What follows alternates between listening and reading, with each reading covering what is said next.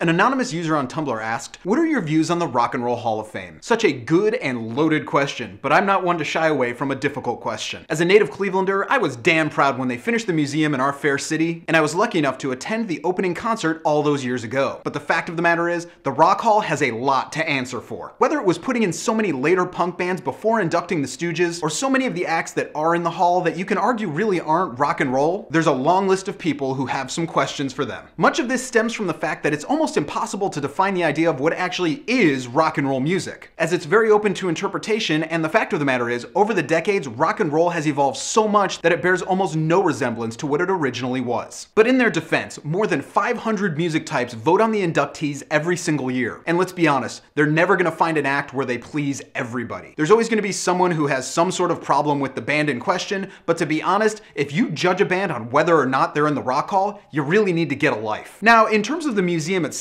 having visited it most recently only a few weeks ago, I can say that they've made a number of great improvements in terms of the exhibitions and the actual items they have on display. There are tons of amazing artifacts and one-of-a-kind items, and I do believe that for every true music fanatic, this is a pilgrimage you have to make at least once in your lifetime, if for no other reason, so you can have your moment with some artist's guitar or lyrics that mean the world to you. Also, I hear they have a pretty amazing music reference library. My other question today comes from Mark, and he asked me, what are some of your favorite underrated albums from well-known artists? This is a fantastic question, and there are a ton of albums, so I'll just give you two, for now. To be honest, as soon as I read this question, the first record that came to mind was Lou Reed's Street Hassle. Released in 1978, this is the most clear example of Lou Reed outright giving the finger to the punk rock movement that was evolving that he had been a massive influence for. The songs are jarring and unapologetic, yet at the same time there's this tone, this true musical genius that you can't find anywhere else in his catalog. While the lyrics are as bleak and as dark as anything he's ever done, the music is perhaps a bit more challenging than what he'd done in the past, but in a good way. The glam from Transformer is thankfully almost completely absent from this album, and it allows the record to have a far more pure and organic feel, becoming an overall more direct musical experience. There isn't a bad moment anywhere on the record, from the strangely sarcastic I Wanna Be Black to the mesmerizing, masterful title track that actually features a guest vocal from a young Bruce Springsteen. This is one of the most tragically overlooked and underappreciated albums not only in Lou Reed's catalog, but all of music history. The other album that comes to mind among many is R.E.M's New Adventures in Hi-Fi. While most people will go after Out of Time or Automatic for the People or Murmur or Document, for me, this is my all-time favorite R.E.M. record. Granted, nobody in history makes music like R.E.M., but on this one they outdid themselves, sounding like nothing they'd ever done before. Following the massive success of Monster, most of this album was written and recorded during the subsequent tour, and you can really feel a sense of movement all across the record. There's this new energy and a clear intent to explore brand new musical areas all throughout New Adventures in Hi-Fi. And the band touches on everything from slow, gorgeous ballads to high-energy hard rock, and there's even this country twang that runs through a number of the songs. To be honest, this band has rarely sounded better, as Peter Buck and Mike Mills seem to bring in an endless list of new instruments to their sound, and Bill Berry proves why he is one of the greatest drummers in all of history. Along with that, Michael Stipe provides some of his most compelling lyrics and outright mesmerizing vocal performances. And when you take it as a total picture, you can really see New Adventures in Hi-Fi as a culmination of everything R.E.M. had done to that point. The critics largely panned this album when it came out, and that just adds more proof to the idea that for the most part, critics don't know a damn thing about what they're talking about. So those are the questions for this week. If you've got a question for me, email me at thedailyguru@gmail.com. You can follow me on Twitter, Facebook, and Tumblr right here, and I'll see you guys again tomorrow.